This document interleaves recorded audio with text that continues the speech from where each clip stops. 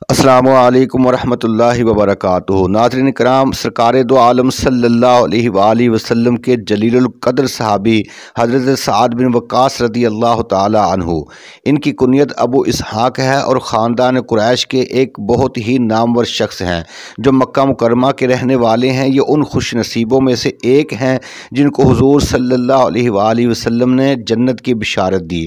یہ ابتداء اسلام میں ہی، جبکہ ابھی ان کی عمر 17 سال تھی، دامن اسلام میں داخل ہو گئے تھے اور نبی کریم صلی اللہ علیہ وسلم کے ساتھ تمام معرکوں میں حاضر رہے۔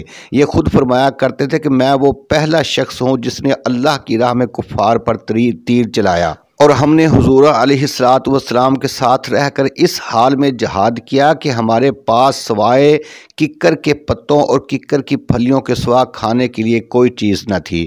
حضور صلی اللہ علیہ وآلہ وسلم نے خاص طور پر ان کے لیے یہ دعا فرمائی کہ یا اللہ ان کے تیر کے نشانے کو درست فرما دے اور ان کی دعا کو قبول فرما لے۔ خلافت راشدہ کے زمانے میں یہ فارس اور روم کے جہادوں میں سپہ سالار رہے۔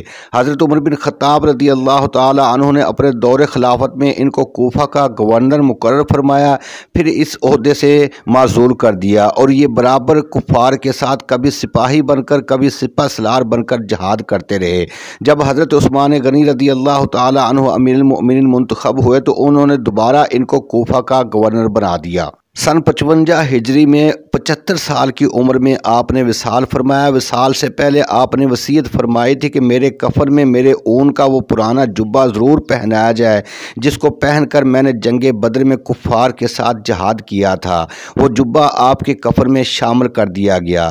آپ کے جنازے کو مقام عتیق سے مدینہ منورہ لایا گیا اور حاکم مدینہ مروان بن عبد الحکم نے آپ کی نماز جنازہ پڑھائی اور جنت البقیع میں آپ کو دفن کر دیا گیا۔ حضرت سعد بن وقاص رضی اللہ تعالی عنہ عشرہ مبشرہ یعنی جنت کی خوشخبری پانے والے 10 صحابیوں میں سے یہی سب سے آخر میں دنیا سے تشریف لے گئے۔ آپ کی بہت سی کرامتوں میں سے چند ایک کرامت عرض کرتے ہیں۔ حضرت جابر رضی اللہ تعالی عنہ سے روایت ہے کہ کوفہ کے کچھ لوگ حضرت سعد بن وقاص رضی اللہ تعالی عنہ کی شکایت لے کر حضرت عمر بن خطاب رضی اللہ تعالی عنہ کے دربار خلافت میں مدینہ منورہ پہنچے۔ حضرت عمر بن خطاب رضی اللہ تعالی عنہ نے ان شکایات کی تحقیقات کے لیے چند معتبر صحابہ کرام کو حضرت سعد بن وقاص رضی اللہ تعالی عنہ کے ساتھ کوفہ بھیجا اور یہ حکم فرمایا کہ کوفہ شہر کی ہر مسجد کے نمازیوں سے نماز کے بعد یہ پوچھا جائے کہ حضرت سعد بن وقاص رضی اللہ تعالی عنہ کیسے آدمی ہیں، اور پھر تحقیقات کرنے والی اس جماعت نے تمام مساجد میں جا کر نمازیوں کو قسم دے کر حضرت سعد بن وقاص کے بارے میں دریافت کیا تو تمام مساجد کے نمازیوں نے ان کے بارے میں کلمہ خیر کہا اور ان کی تعریف کی، مگر ایک مسجد میں فقط ایک آدمی جس کا نام ابو سعدہ تھا، اس نے حضرت سعد بن وقاص کی 3 شکایات پیش کی۔ یہ مال غنیمت برابری کے ساتھ تقسیم نہیں کرتے اور خود لشکر کے ساتھ جہاد میں نہیں جاتے، اور تیسرے نمبر پر مقدمات کے فیصلوں میں عدل نہیں کرتے۔ یہ سن کر حضرت سعد بن وقاص نے فوراً ہی یہ دعا مانگی کہ اے اللہ، اگر یہ شخص جھوٹا ہے تو اس کی عمر لمبی کر دے اور اس کی محتاجی کو دراز کر دے اور اس کو فتنوں میں مبتلا کر دے۔ عبد الملک بن عمیر تابعی کا بیان ہے کہ اس دعا کا میں نے یہ اثر اپنی آنکھوں سے دیکھا کہ ابو سعدہ اس قدر بوڑھا ہو چکا تھا کہ بڑھاپے کی وجہ سے اس کی دونوں بھویں اس کی آنکھوں پر لٹکی ہوئی تھی اور وہ در بدر کی بھیک مانگ کر انتہائی ذلت اور محتاجی کی زندگی بسر کرتا تھا، اور اس بڑھاپے کے عالم میں بھی وہ راہ چلتی ہوئی جوان لڑکیوں کو چھیڑتا تھا، ان پر آوازیں کستا تھا۔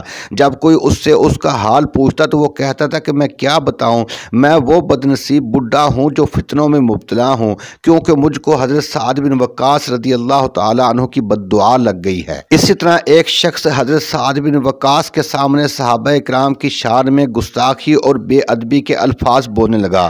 آپ نے فرمایا کہ تم اپنی اس خبیث حرکت سے باز آ جاؤ ورنہ میں تمہارے لیے بد دعا کروں گا۔ اس گستاخ نے کہا کہ مجھے آپ کی بد دعا کی کوئی پرواہ نہیں اور نہ ہی آپ کی بد دعا سے میرا کچھ بگڑ سکتا ہے۔ یہ سن کر آپ نے جلال میں آ کر یہ بددعا مانگی کہ اے اللہ، اس نے تیرے پیارے نبی کے پیارے صحابیوں کی توہین کی ہے، تو آج ہی اس کو اپنے قہر اور غضب کا نشانہ دکھا تاکہ دوسروں کو اس سے عبرت حاصل ہو۔ دعا کے بعد جیسے ہی وہ شخص مسجد سے باہر نکلا تو اچانک ایک پاگل اونٹ کہیں سے دوڑتا ہوا آیا اور دانتوں سے پکڑ کر اوپر اٹھا کر زور سے زمین پر پٹخ دیا، اور وہ اونٹ اس کے اوپر بیٹھ گیا، اس کی ہڈیاں ٹوٹ گئی اور وہ فوراً ہی واصل جہنم ہو گیا۔ اسی طرح ایک گستاخ نے حضرت علی رضی اللہ تعالی عنہ کو گالی دی۔ حضرت سعد بن وقاص رضی اللہ تعالی عنہ نے جوش میں آ کر اس شخص کو یہ بددعا دی کہ یا اللہ، یہ تیرے اولیاء میں سے ایک ولی کو گالیاں دے رہا ہے، تو اس مجلس کے ختم ہونے سے پہلے ہی اس شخص کو اپنا قہر اور غضب دکھا دے۔ آپ کی زبان مبارک سے ان الفاظ کا نکلنا تھا کہ وہ مردود جس گھوڑے پر بیٹھا تھا وہ گھوڑا اچانک بدک کر بھاگا اور پھر اس شخص کو پتھروں کے ڈھیر پر گرا دیا، جس کے اس کا سر پھٹ گیا اور وہ واصل جہنم ہو گیا۔ جنگ فارس کے موقع پر حضرت سعد بن وقاص اسلامی لشکر کے سپہ سالار تھے۔ دوران سفر راستے میں دریائے دجلہ کو پار کرنے کی ضرورت پیش آئی تو کشتیاں موجود نہیں تھیں۔ آپ نے لشکر کو دریا میں چل دینے کا حکم دیا اور خود سب سے آگے آگے تھے۔ لوگ آپس میں ایک دوسرے سے باتیں کرتے ہوئے گھوڑے والے گھوڑوں پر اور اونٹوں والے اونٹوں پر سوار، پیدل چلنے والے پیدل، اپنے سامانوں کے ساتھ دریا پر اس طرح چلنے لگے جس طرح میدانوں میں قافلے گزرتے ہیں۔